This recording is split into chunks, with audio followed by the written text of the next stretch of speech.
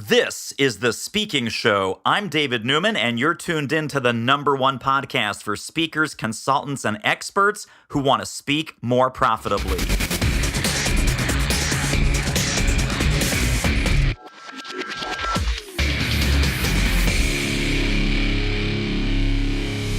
All right, Scott Chesney, you are on The Speaking Show. Welcome, my friend. Thank you, David. It's a pleasure to be here, and congratulations on all the success with this podcast. It's definitely reaching people around the world, and you've created such a buzz. But I'm not surprised. Not surprised. Thank you. Well, now it's going to be co-buzzed by you. And let's start. I always like to ask my guests, because everyone comes from this fabulous professional journey, whatever they did before, their previous expertise, adventures, and so forth. How did you come to do what you're doing today as a speaker, and what were the professional stops along the way? I want to say it was probably back in the mid-90s. I was actually in my first job out of college. I was director of research at a pretty large public relations firm, and in a great cubicle working with great people, but just felt confined, David. I felt like there was a bigger calling, and a dear friend of mine who's like my second father and a mentor kind of saw what was going on and introduced me to a great nonprofit organization called the Pentagon Fund to Cure Paralysis, which is the fundraising arm of the Miami Project to Cure Paralysis. And they wanted to get me out there. So the speaking really began as director of corporate outreach for the Pentagon Fund, in which I was sharing my own personal journey of navigating paralysis, which I've done for the last 33 years now, but also talking about the ongoing research at the Miami Project to Cure Paralysis. So it gave me a great platform to get comfortable with my speaking, to go out there. I traveled across the nation. I've actually been through that organization. I guess at that time it was about 25, 50 states. Now I've been to all but 4 states in the United States. And it was just great. And then after that, you know what, David, there was an even deeper calling. And so the opportunity to travel the world and do a little bit more navigation and personal self-exploration into my own life came about. And that just gave me an even deeper purpose and helped me to cultivate a message that I love to share now with others, that help them to navigate their own lives. So I'm just fortunate, David, in that I know people spend a lifetime looking for their purpose, looking for their passion. Sometimes it's connected with their career. Sometimes it's connected with their job or their volunteer work. I'm just honored and deeply in a place of gratitude for living my purpose and just having it be a part of my career, which I consider my playtime as well. Tell us a little bit, because I spent some time on your website, and I recommend people check Scott out. We're going to have all kinds of things in the show notes for people as far as reference points and links and so forth. But this concept of the world tours that you did, how did those come about? Who financed those? What did those opportunities bring to you years and years later? Well, again, it was a very dear friend of mine and mentor who, you know what, I like to keep it a little anonymous, but what I can say about this gentleman is that he's done so much work on himself, so much of his own self-discovery work, that not only does he understand himself so well, but through his own personal navigation, he's been able to really get a sense of what makes others tick as well. And being in a great place financially, resourcefully, to be able to help people. So at that stage of my life, again, around the mid-90s, is that he saw that there were really 2 things that were missing in my life. And one was making peace with the past with regards to my paralysis. I woke up to paralysis at age 15. And it was about 12 years later that, you know what, this opportunity to travel, to explore alternative medicines to help my paralysis, to maybe help other people, that gave me an opportunity to explore my life on different levels. And also, I had lost my father to a massive heart attack within a number of hours back in 1994. So I never fully grieved over that. So this gentleman knew that there was a lot of closure that was needed, a lot of making peace with the past, and gave me an opportunity to do some travel. So I went to 15 countries in 15 months, came back from that journey, that's when really started doing a lot of speaking. Started off in schools, then I went to colleges, then I went to corporations and associations, but really wasn't quite sure how I wanted to kind of launch my business. So one of the corporations that I had addressed said, you know what, Scott, you've learned so much about life. you should take another trip around the world and really share your message. So again, not knowing how I wanted my business to be crafted, I went back to this individual who recommended it, along with a lot of other corporations who had paid me to speak, had them finance it.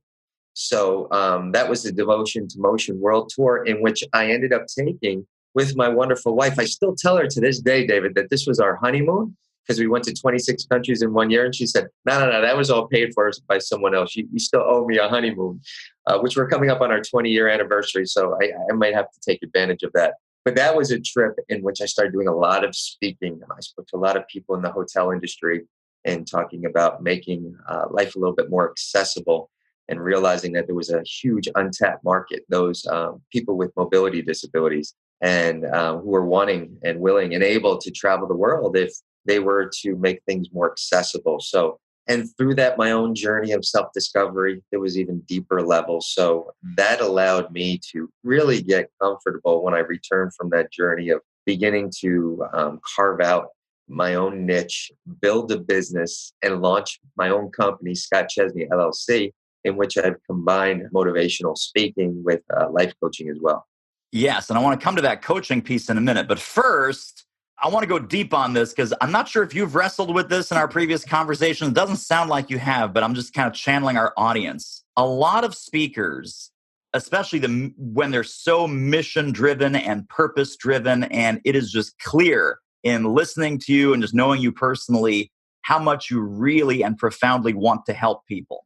When folks are in that type of business where their speaking really serves a higher purpose, and then some clown like me comes along and says, oh, by the way, you should be charging $7,500, $9,000, $10,000, $12,000 for each of these programs, that can cause a serious disconnect because no, I'm here to fulfill I don't care how much money they have. I don't care if I get paid. I'm here to help and serve and help. And the money will come from the right places. And especially when you've had these fantastic mentors and sponsors, which I know, believe me, I know that none of us are getting spoon-fed unlimited amounts of money. But there's some messages from the universe about financial compensation that you had to get sorted out pretty clearly. If you were to make a go of this and help a lot more people, it could not be for free. It could not be relying on the kindness of strangers, etc.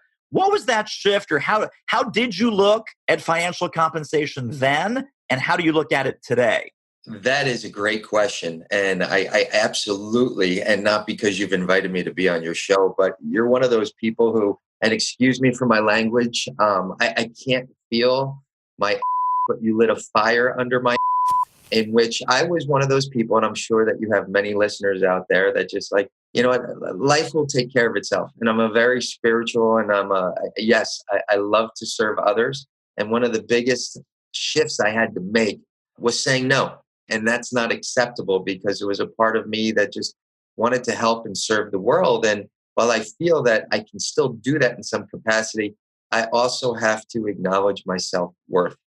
And I've come to the realization, David, is that, listen, I can have a powerful message, and I can be about service to others, and I can help people help themselves. It's all about empowerment. I'm just a facilitator. I'm just a messenger. I can do all that, and I can be paid handsomely and take care of myself, take care of my family, provide for my family, and not have that conflict. I had that internal conflict with regards to making money and felt that this can't be a part of my journey. And I realize now that it has to be a part of my journey. And you know what? There's layers and layers. And I realize to this day, and it's something that I'm talking to other speakers about who approach me and see my success, but I need to say to them that you need to know your self-worth. And so there used to be a time, and this is very important, you helped me come to grasp with this, David. I want to acknowledge you with that, is that there used to be a time where I used to go to people and say, okay, what's your budget? And they obviously, I mean, if you have any kind of brain, when someone asks you what your budget is, you're going to really shoot low. And then once they shoot low, all of a sudden, as the speaker, you have nowhere else to go. And so that used to be my song and dance while I would be being paid. I would always be in a place of not securing what it is that I know I'm deserving of and my worth. So I've made a shift. I am still somewhat flexible. I just talking the other day about this, David. I was like, it's funny how you go to the supermarket and you see a steak there And all of a sudden it's like a $20 steak. And you don't say to the people at ShopRite or Food Town and everything, yeah, I'm going to give you $15 for the steak. They're like, there's the door. Whereas with the speaker and everything, for some reason, there is negotiation. And I'm still in a place of negotiation, but I am also securing my fee. But where I go now with that is that I share with people because people will come to you, what's my fee? And again, my response in the past was, well, what's your budget? Now I tell them my fee. And so some people right away will be like, you know what, Scott, you deserve that and everything good. That fits with our budget. But then you get people who are saying, I'm not quite sure. But what ends up happening is that they start to factor in their own budget, but now they're thinking of you. They don't want to embarrass themselves by coming too low and saying this, because then it's insulting to me as the speaker. So I have a much better chance of getting closer to my fee than possible. But and as I've learned from you, David, as well, is that when I can't secure my fee, trust me, in so many other ways, is that whether it's having it videotaped, whether it's getting testimonials, everything is lined up in my arsenal now to know that I am getting what I deserve, my worth, and then some. But also, and I want people to recognize this who are beginning speakers, is that it's okay to start off building your reel and to take those pro bono gigs. Again, knowing full well that you can get the testimonials, you can get the video and so forth. If you're just starting out, and what someone might call paying your dues, or you could say, I'm building my reel, I'm building my business, I'm helping with my website. And I still carve out certain time to do my pro bono work every year. I still know that there's some organizations and everything, whether it be nonprofit or associations, that absolutely cannot hit my fee, even for nonprofits and associations. But I know that, you know what, I can come to a certain level with them and still maximize the opportunity and so forth, and knowing full well that it could lead to so many other opportunities. So there's a lot of internal work that's done, but I think more than ever, and it comes back full circle to this journey of self-discovery, is really acknowledging your self-worth. Because if you're in a place of like, you know what, I'll take anything, I'll accept anything. Careful what you wish for. You might just get it. And if you're in a place of, that mirror reflection and not thinking too highly of yourself and, whatever you want to pay me, that's the message you're putting out to the rest of the world. And that's what, for the most part, they're going to deliver upon. That was a very big message. And I can't say that I'm firmly there. I mean, there's some times where, probably bend a little bit more than I should, but I'm much better at it. So it's definitely a work in progress. Yeah, absolutely. Hey, this interview is a real moneymaker. If you're serious about ramping up your reach and revenue as a speaker, trainer, or expert, book a confidential speaker strategy call with our team. The link is doitmarketing.com/call. It will be the most valuable 45 minutes you invest in your speaking-driven business. Speaking of value, let's get back to the show. Well, let's also talk, because you mentioned about students. I want to talk about education market versus corporate market. And I definitely want to talk about how you weave coaching and coaching services into speaking and kind of how you run parallel tracks on those. In the education market, dealing with students, college, high school, middle school, whatever it might be, did you spend any time exclusively as an education speaker and then transition, or just you got some education gigs along the way? Everything in this is where, again, I had to really start to focus and realize, and I keep saying, people are going to think that like you're paying me to sponsor you, David, but you really helped me to find my sweet spot, because there was a part of me that said it feels confining. I mean, I sit here in this wheelchair, which someone might think of as confinement. Sometimes thinking of that sweet spot, that target market, it's confining. And so whenever I've been challenged, and you've challenged me to do this, it has felt confining, but realizing how, it's a focus that I need to have. So, because in the very beginning, when I started speaking and putting myself out there, and I want to tell you, there was no rhyme or reason towards I had corporations, I had colleges, I had associations, I had colleges, universities, K through 12 schools. I mean, everybody, I couldn't make sense of it. And I loved it, because there's still a part of me to this day, to pat my ego on the back, that says I'll speak to anyone at any time, not about any subject, but relative motivation. And so when I first started speaking with regards to corporations, sometimes the people who are my audience is saying, this is awesome and so forth. I'd love to get you at my kid's school. I'd love to have you. I think there's a powerful message. Do you feel comfortable with them? And I would say yes. So what's interesting is that I can, and I know that there are still going to be some businesses to say, well, he speaks at schools and he does that. Whereas they could say, well, I want an exclusive corporate speaker. But I think for the most part, what's happened over the years is that they see that Scott has a lot of flexibility, a lot of variety, and a lot of connection that he's able to make with various audiences, which really make him appealing. So there's been sometimes I've been in schools and all of a sudden I'll have a teacher says, you know what, I got to introduce you to my wife or my husband, whoever may be leading a corporation. So there's a beautiful exchange there. And I love it. But I can flip the switch. And I think that's one of my talents. It's something I've absolutely worked on and have crafted out a skill. But I could be speaking in the morning at a school and then have a corporate gig in the afternoon, and knowing how to flip that switch and make that connection and whoever the audience member may be and customize that presentation. So there's definitely a lot of exchange.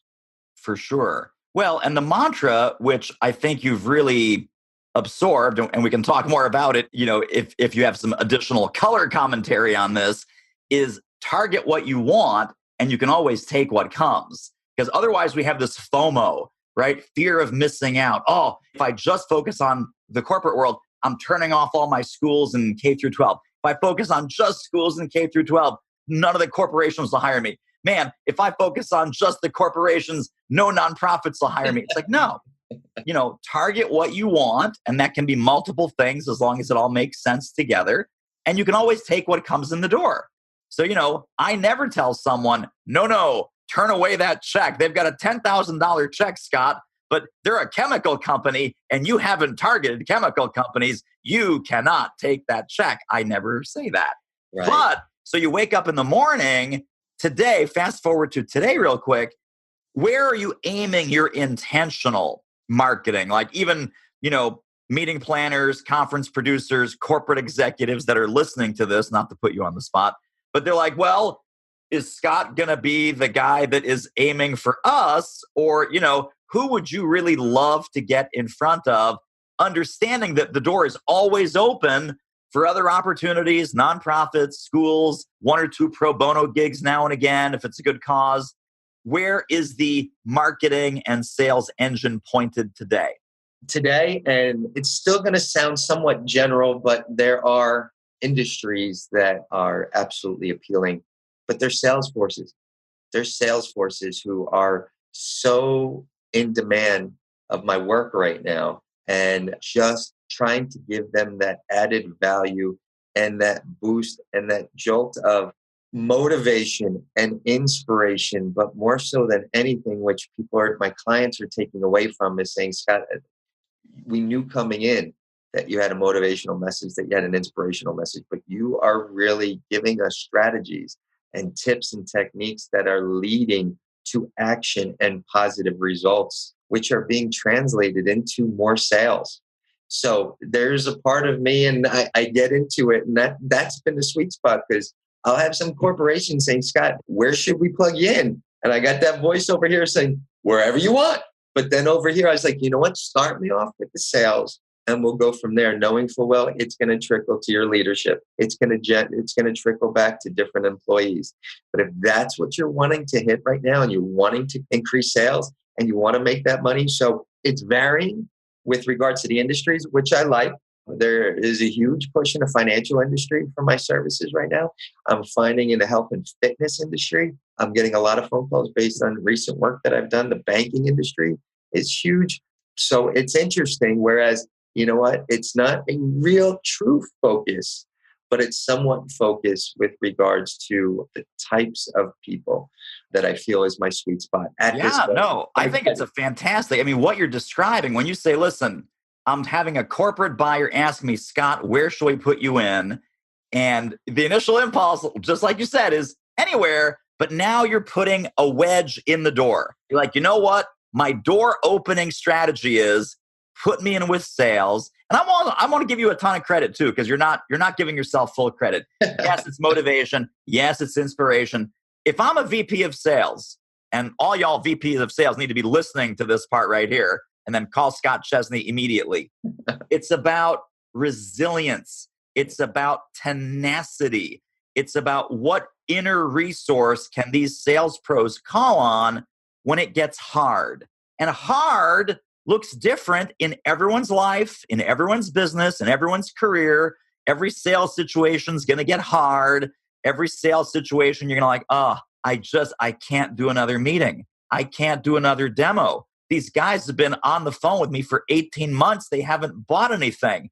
Boss, I'm giving up. Then you hear Scott Chesney. You're like, you know what? I'm going in a 19th time. I'm going in a 24th time. I'm going to do what it takes, because you inject this resilient, tenacious, no matter what DNA. That's what you have, dude. You got like no matter what DNA. And if you're listening to this and your group needs some no matter what, no excuses, no bullshit, no whining DNA, and like Scott, you just said, I'm giving them action steps. I'm giving them reference points. I'm giving them strategies and principles that they can use on a daily basis. We're way beyond motivation. We're way beyond inspiration. And every sales team needs to hear this message. Now, like you said, once I get in the door with that door opening wedge, guess what? There's going to be some sales leaders that go back to the other leaders of customer service, leaders of research and development, leaders of finance, leaders of whatever. You got to get your leadership team to hear Scott. So use the sales folks as your conduit to the other layers of leadership inside the company. I think it's brilliant. So it gets the Newman stamp of approval. But I love that. You helped create this monster a little bit, David, so I appreciate that. Well, maybe we packed the rocket fuel here a little bit, but you definitely hit the ignition switch. And I think it's very important, David, and this is giving you so many accolades that you're so deserving of, is that, and you have a lot of people out there who are speakers who, whether it's they've been at it for a while or even for a little while and feel very comfortable with their message, feel very comfortable with regards to what they can do, is that I think sometimes we feel that, we got to go at this thing alone. And, we have what it takes to make this happen. Whereas, I realize more and more every day is that the more people that I can surround myself with who have expertise in certain areas that I don't need to have, but who I can say are genuinely a part of my team and allow me to do my work at the best of my ability to be the best version of myself each and every day. That's where I say, wow, Scott, you're doing a great job. It's not all about, what it is that I can do individually. If that was the case, I'd be on a deserted island all by myself. But there are people around us and everything who, the ego is the only thing that's preventing us from reaching out and saying, hey, can you help me? I want to get to this level. I consider now, and I don't mean just business executives or business folks that I work with, but my friends and my family, it's my greatest board of directors, because they're going to call me. They're going to call me when I am not putting forth the best version of myself. And they're the people who are first there to say, hey, Scott, job well done. And I can't wait to see what the next level is. And that's where I get the feedback. So I just want your listeners to know that. I'm going to tell you right now, and again, not because he's had me on the show, but David is an awesome resource, and I will guarantee you that he will enhance your life and the team. So we hear all about David Newman, but if you do research on David Newman, you realize he has an amazing, impeccable team around him. So it's a great example to me, but it also helps me to reflect on my own business and say, you know what? How can I take my business to the next level? So there's a great template that you've created and can help so many other people get to where they want to be if they plug in that template. Obviously, you're going to customize it and make it your own, but realizing that there's some great templates out there, including yours, David. Thank you. Let's talk about coaching and how coaching in your world, the folks that hire you to coach them or executive teams that bring you in, how did that evolve? Because for example, I do a lot of coaching and mentoring, as you just so kindly mentioned. I don't have any coach certification. I don't have any fancy letters after my name. I'm not even a member of the International Coach Federation. But when people say, David, oh, you're a great coach, and I'm not really a coach. I'm more of a one-on-one consultant. And as you said, I do kick people in the butt and make sure that they market and sell the best version of themselves. But your own background with coaching, were you a consumer of a lot of personal development coaching, or how did you come to the coaching practice that you have today? Dude, I totally stumbled upon it. And I don't believe in coincidences. So this absolutely came into my life exactly when it should, as I believe everything else does. I was actually in Australia. I was towards the end of my second world tour, and I just did a presentation for about 400, 500 people. And normally after my presentations, I have a lineup of people. And whether it's something they didn't feel comfortable sharing in the overall Q&A, with something personal that they wanted to share with me, or just more thank yous, whatever it may be, I usually have a lineup, and usually I'll spend 45 minutes to an hour speaking to this lineup of people. And usually there is someone at the very end of this line who wants a little bit more time with you and everything. And I saw this person, and they came up to me and they said, "You know what, Scott, that was amazing. I absolutely loved it." And I said, "I'm so glad you enjoyed the presentation." She's like, "The presentation was fabulous, but I'm even more interested what you were doing for the past 45 minutes or an hour." I said, "Well, I love connecting with my audience members." And she's like, "No, no, no, no." She goes, "You are doing some fabulous life coaching." And I said, "What's that term?" I had never heard that term before. And so I said, "Tell me more about this life coaching." So she explained it to me, and I was like, "Damn, and people get paid for this?" I was like, "Wow." And at first I considered it, which some people still do, like almost like a professional mentor. But I realized that, you know what, there are people, and so whether it be individuals or small groups, who feel comfortable in that environment, just wanting that facilitation, wanting that coaching. So I'm one of those coaches, David, who I am going to ask you every question under the sun and have you extract so many answers. And we're going to go deep, and you're going to understand why that past has led you up to the present. You're going to understand what intentions you want to launch in the future. But I'm going to get you. So the type of coaching, even though it does involve executive coaching and business coaching, it's overall life coaching, and it kind of goes hand in hand. So whenever I'm talking to an audience, when I'm speaking, I'm always telling them, "David, keep one ear open to yourself personally, the other ear open to yourself professionally." Because I do believe there needs to be some kind of congruency there. So I need you firing on all cylinders. So whatever it is that's coming up, if it's something personal, it's going to have an effect on your business community. So let's focus on that with you today. If it's something business that, it's triggering something at home. So it's the same with life coaching for me.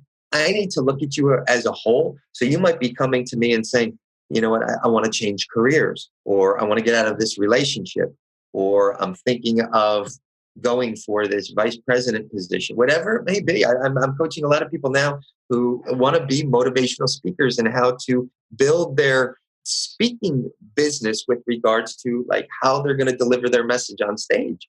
And so whoever it may be, I say, "Okay, I realize that's the intention. That's why you're coming to me. But we're going to look at everything. We're going to examine your whole life." And people get that disclosure from me because I want to find out, because there are going to be keys. There are going to be things that, maybe are preventing blocks for you right now of getting to that level, or are going to hold tremendous insight as to, where we need to take this path. And it's been great. It's been widely successful. So now, if you're in the vicinity where I am, either in my home office in New Jersey, or while I'm traveling, and some people like get a hold of my schedule, or the corporations and want some more after me, is that I do face to face, but I also do like a Zoom session or a Skype session, as we're doing here, and then which I have international clients. And then there's some people who, unless you've met me face to face already, who love the phone. If you haven't met me face to face, don't even think of having a phone session to start things off with, because I know that you're going to be running around doing several different things. And I'm not going to have your full attention, even though you're going to tell me that. And so I love it. And it's a great compliment to my business. And for those of you that are speakers out there, it's a great compliment to your speaking business. And for those of you that are coaches out there who have made a great practice for yourself and just feel, hey, you got a little bit more and you want to explore, I'm going to advise that you launch yourself as a speaker as well, and knowing full well you will absolutely have time to do both. Now, that's a very interesting crossroads, right? You could say, okay, someone who already is a skilled coach, life coach, business coach, personal coach, etc., they could launch speaking, and no one raises an eyebrow. No one's like, "Oh, what qualifies you to be blah, blah, blah, blah, blah." When guys like you and me, who started out as speakers and trainers, and people start asking us, and I started in a very similar way to you. People are just asking, "Hey, David, can I pick your brain? Hey, David, can we have breakfast? Hey, David, can we have coffee?"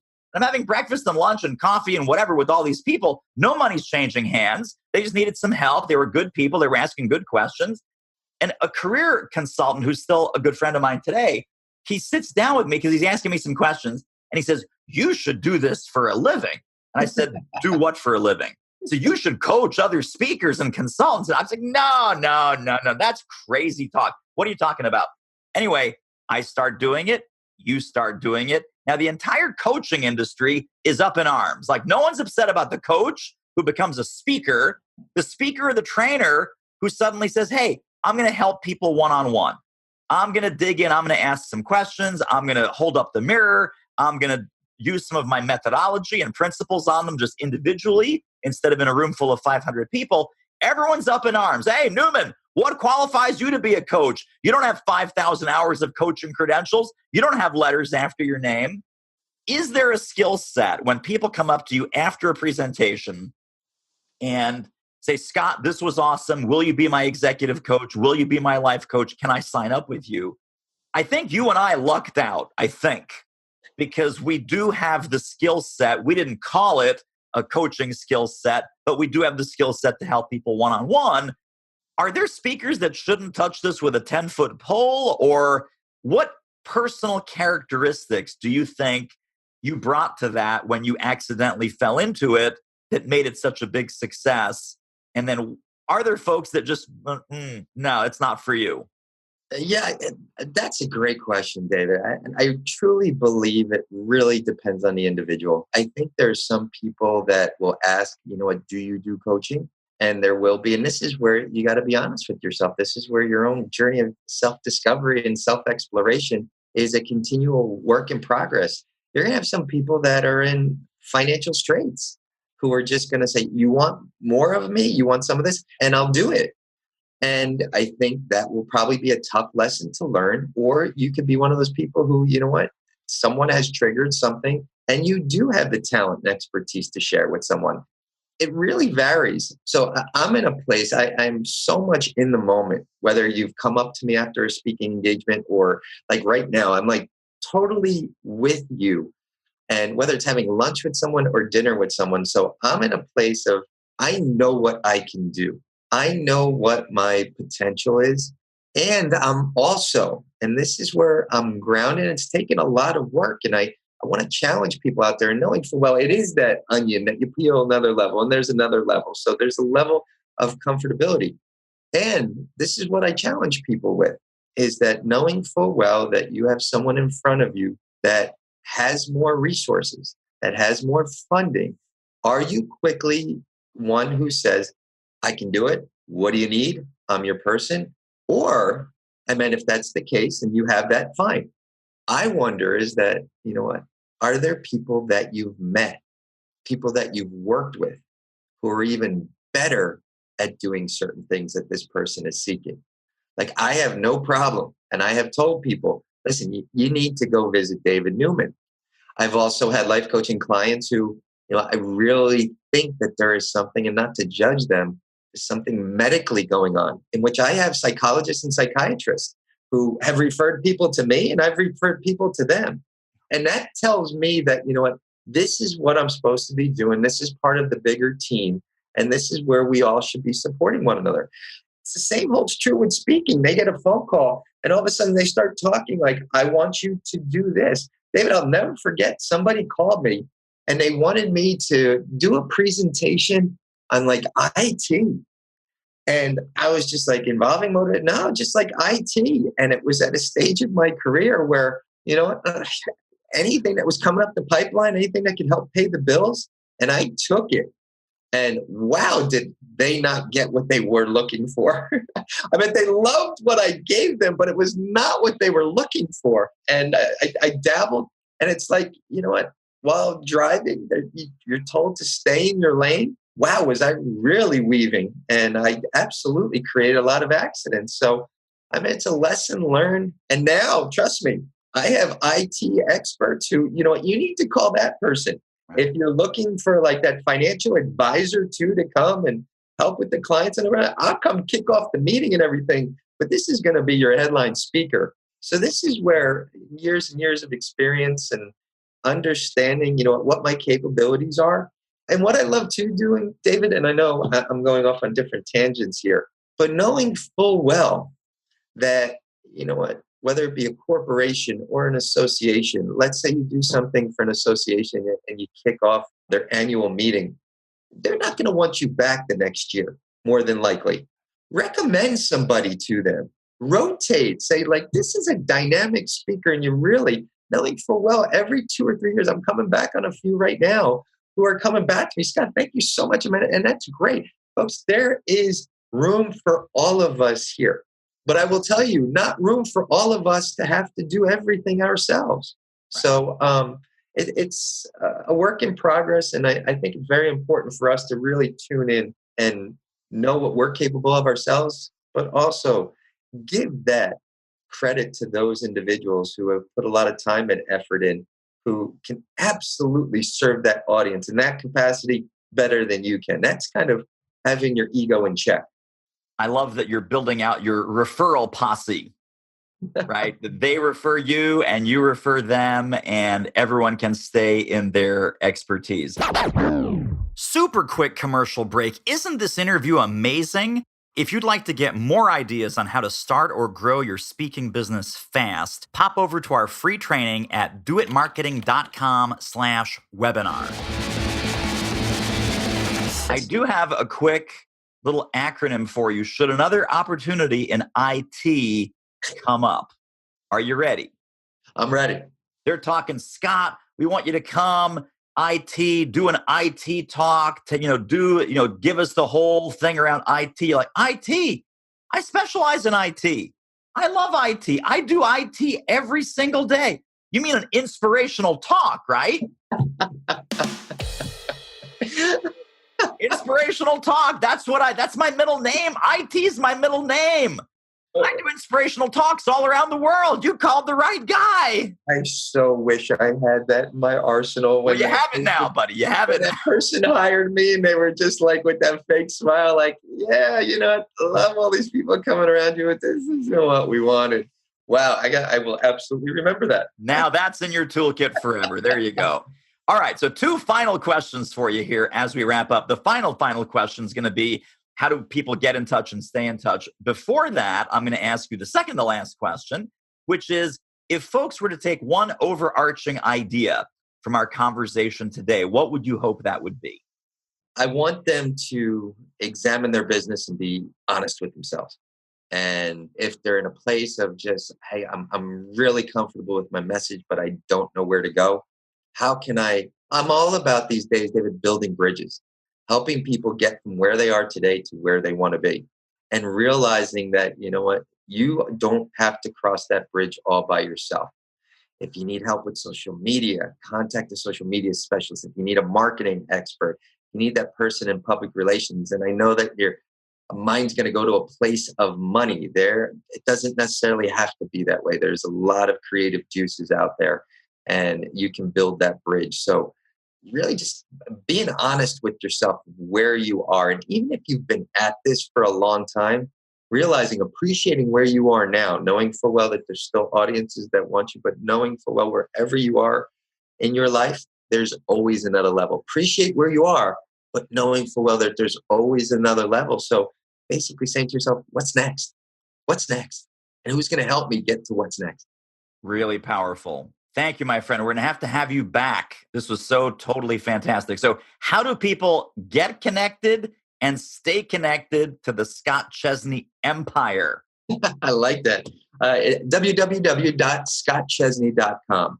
So it's SCOTTCHESNEY.com. Whether it's speaking, whether it be coaching, I will tell you in the fall of this year, David, is that there's a documentary on my life called Ride the Wave that is going to be released. Right now, it's being pitched to different international film festivals, I should say. And so we're excited about that. Who will premiere the film? Then we should be seeing it in different theaters. But that's going to be part of my platform. And I want to say, if not when my book is done, that will be put on my website as well. And we're aiming for the end of this year for that as well. So is that the same title? That's the work in progress right now. And everything is the title of the book. But it's going to be a book that's going to be a game changer and a life changer, and a lot of my own story but people will be able to plug in their own stories and take away a lot of action steps they can implement today if they want to.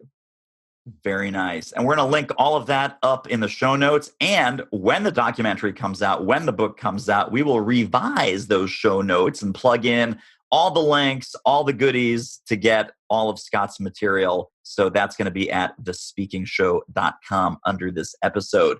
Scott Chesney, you're awesome. I appreciate you, my friend. We totally have to do this again. Thank you, David. Appreciate the opportunity. Have a great day. Well, that wraps up another episode of The Speaking Show. Hey, tell you what, if you like us, rate us and review us on iTunes. Subscribe. Tell a friend. Go grab the notes and downloads and extras at thespeakingshow.com. See you next time.